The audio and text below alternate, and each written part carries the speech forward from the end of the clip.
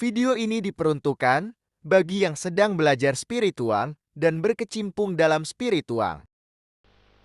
Para pemirsa spiritual yang saya muliakan, pada kesempatan 10 kali ini kita akan melanjutkan berbicara tentang yang namanya ngampal atau merasakan, tetapi khusus ngampal kasar atau merasakan secara kasar. Ngampal itu terbagi tiga, yaitu ngampal kasar, ngampal halus, dan ngampal batin. Sedangkan ngampal kasar, ngampal halus, dan ngampal batin itu dijalankan sesuai dengan tahapan atau level dari orang tersebut.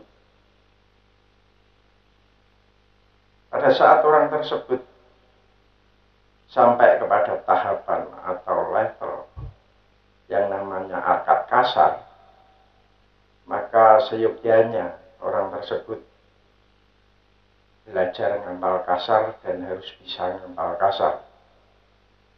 Ngampal kasar ini arkad kasar ini arkad 1, arkad 2. Kemudian pada saat orang itu arkad 3, dia sampai kepada level atau tahapan tingkat keilmuan arkad halus. Maka seyogyanya orang tersebut harus belajar ngampal halus. Kemudian pada saat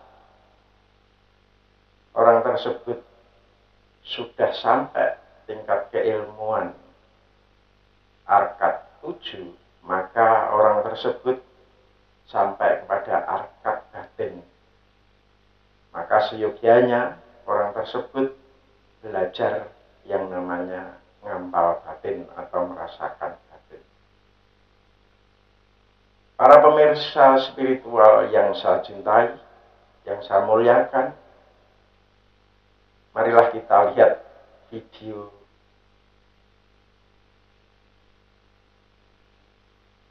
yang akan kita putar.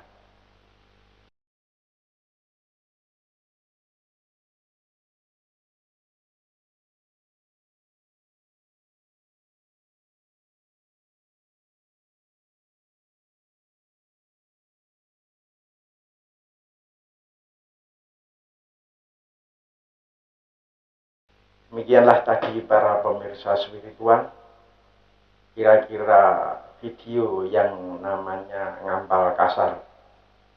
Jadi tadi ada 2 orang, yang satu menjalankan komunikasi ke Tuhan yang ada powernya, kemudian yang satunya itu menjalankan ngampal kasar atau merasakan secara kasar.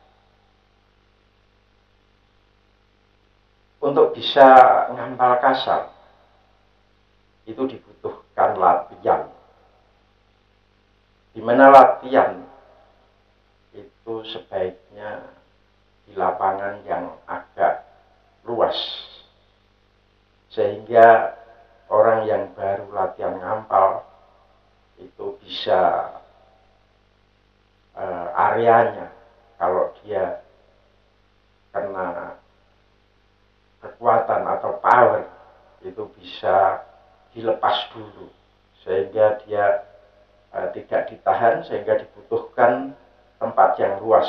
Jadi kalau misalnya terpental, kemudian terguling-guling, kemudian bangun lagi, kemudian harus diteruskan ngampal kasar lagi, memang dibutuhkan tempat yang luas, seyogyanya di lapangan. Pada waktu ngampal kasar, sebenarnya sudah kita jelaskan di part 9, itu menurunkan gelombang otak dari gelombang beta ke gelombang alfa, sehingga ranahnya adalah ranah roh atau ranah sukma. Kalau orang itu hanya berdiri kemudian merasakan tanpa menurunkan bisa ngampal. Nah, apakah latihan ngampal ini itu lama atau tidak? Sebenarnya kalau orang itu serius, kemudian mengikuti instruksi yang diberikan, itu tidak lama. Paling lama setengah jam orang itu sudah bisa ngampal kasar. Dengan catatan kalau orang tersebut berani jatuh, berani kotor, nah pasti tidak akan lama. Paling lama setengah jam dia sudah bisa ngampal kasar. Saya bicara artinya ini adalah biasanya itu anak muda yang berani jatuh, berani kotor. Tapi biasanya kalau orang sudah berumur itu mikir mau jatuh jangan-jangan sakit, jangan-jangan cedera, kemudian pakaian saya kotor. Jadi berbeda antara anak muda dengan orang tua. Biasanya orang tua itu akan lebih lama atau bahkan itu diajari tidak bisa. Karena apa? Karena itu tadi dia sudah tersugesti dengan takut jatuh, kemudian takut kotor. Beda dengan anak muda, di mana anak muda biasanya tidak takut jatuh, tidak takut kotor, sehingga anak muda biasanya itu akan lebih cepat di dalam latihan ngampal. Para pemirsa, setelah orang tersebut bisa ngampal kasar, itu untuk mencapai pencapaian kepekaan raganya itu kemudian bisa peka. Begitu dia berdiri langsung bisa merasakan kekuatan, itu harus mengakar, sehingga orang tersebut harus profesional. Untuk mencapai profesional sehingga yang namanya ngampal bisa mengakar di dalam dirinya, itu dibutuhkan latihan berkali-kali, tidak hanya satu kali. Sehingga pada saat dibutuhkan yang namanya ngampal, itu langsung peka sekali. Artinya memang benar-benar sudah mengakar, sudah profesional.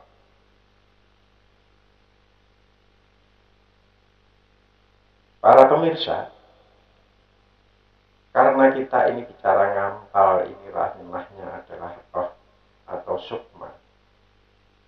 Tapi kenapa tubuh ini bisa terpental atau terlontar, atau tubuh ini bisa merasakan kayak ada pukulan? Sebenarnya yang kena power, yang kena pukulan itu adalah roh kita. Tapi karena roh kita ini masih diam dalam raga kita, maka raganya ikut terlempar. Begitu kira-kira logikanya. Jadi saya pikir para pemirsa bisa menerima penjelasan saya ini.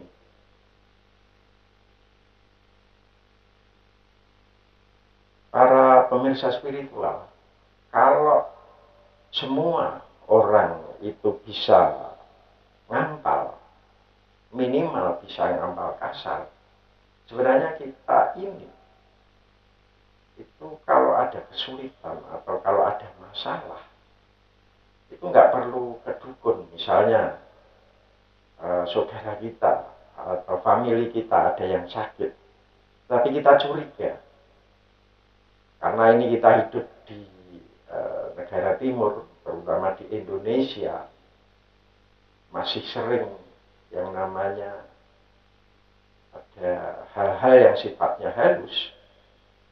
Kita ini curiga, apakah sakit setelah diperiksakan ke dokter, diperiksakan ke rumah sakit, tetapi nggak sembuh-sembuh. Jangan-jangan ini sakit non medis. Tetapi kalau kita bisa ngampal kasar minimal, maka kita nggak perlu sebenarnya ke dukun. Jadi kalau misalnya setiap orang itu bisa ngampal kasar, kita ini nggak perlu ke dukun atau ke paranormal, kemudian habis itu ingin mengetahui apakah saudara kita atau famili kita ini sakit medis apa non medis, sudah saya periksakan ke dokter, sudah saya eh, opnam, misalnya sudah opnam di rumah sakit agak lama tetapi kok nggak sembuh-sembuh, jangan-jangan ini ada sesuatu atau mungkin sakit non medis. Tapi kita nggak perlu ke dukun atau ke paranormal kalau kita bisa ngampal kasar. Kemudian saudara kita atau famili kita ampal, kita rasakan. Kalau ada penyakit medis, kalau ada penyakit non medis, pasti kita akan terlempar. Tetapi kalau misalnya gangguan non medis ini ada dukun disuruh sama orang yang benci sama kita, kemudian menggunakan makhluk halus, kita pasti akan ditarik dulu. Jadi kita akan ditarik power. Jadi saudara kita atau famili kita yang sakit ini akan menarik kita, ada power di dalam dirinya untuk menarik kita. Kemudian habis itu setelah dekat kemudian dilempar. Ini adalah kekuatan makhluk halus. Artinya orang yang menggunakan bantuan makhluk halus untuk menyerang saudara kita. Begitu sehingga kita ini sebenarnya kalau semua orang bisa ngampal, kita ini nggak perlu susah-susah ke dukun atau ke paranormal. Para pemirsa spiritual yang saya muliakan, itulah tadi penjelasan sedikit tentang ngampal kasar serta video tentang ngampal kasar.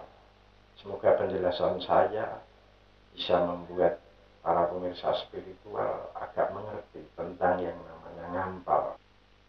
Para pemirsa, bila para pemirsa punya saudara, famili, ataupun tetangga yang baru sakit, kemudian mungkin sudah diperiksakan ke dokter, ataupun sudah opnam di rumah sakit, tetapi tidak sembuh, kemudian pemirsa curiga apakah ini sakit medis apa non medis, silahkan kirimkan foto ke nomor WA yang ada di video ini. Nanti akan kita deteksi dari sini atau kita ampal dari sini. Kemudian hasilnya akan kita kirimkan kepada pemirsa. Dan jasa ini tidak dipungut biaya atau gratis.